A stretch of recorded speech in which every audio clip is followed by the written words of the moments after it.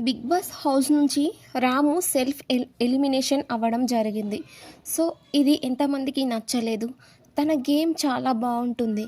సమయానికి తగ్గట్టుగా ఫన్ చేయడంలో కూడా రాము ఒక ప్రత్యేకమైన పాత్ర ఉంది అని చెప్పుకోవచ్చు. ఏదైనా ల్యాగ్ చేయక కట్టే కొట్టే తెచ్చి అన్నట్టుగానే తన ఫన్ అనేది ఉండేదన్నమాట. సో తను వెళ్ళిపోవడం అయితే చాలా బాధగా ఉంది. ఇంకా కొన్ని రోజులు తను గేమ్ ఆడుంటే ఇంకా సూపర్గా ఉండేది. కానీ ఆడితే మాత్రం గట్టిగా ఆడతాడనమాట రాము. కాకపోతే ఏంటంటే మన ఇంటి పక్కన అబ్బాయి లాగానే మనం ఎవరినైనా హర్ట్ చేస్తే బాధపడతారు అనే వేలోనే తను ఎప్పుడు ఆలోచించేవాడు. హర్ట్ చేయాలని అనిపించకపోయేదన్నమాట అతన్ని చూస్తుంటే, అతని విధానం. ఎందుకంటే తను వాళ్ళ అమ్మా నాన్నల గురించే బాధపడుతూ కొన్ని రోజులుగా గేమ్ ఆడట్లేదన్నమాట.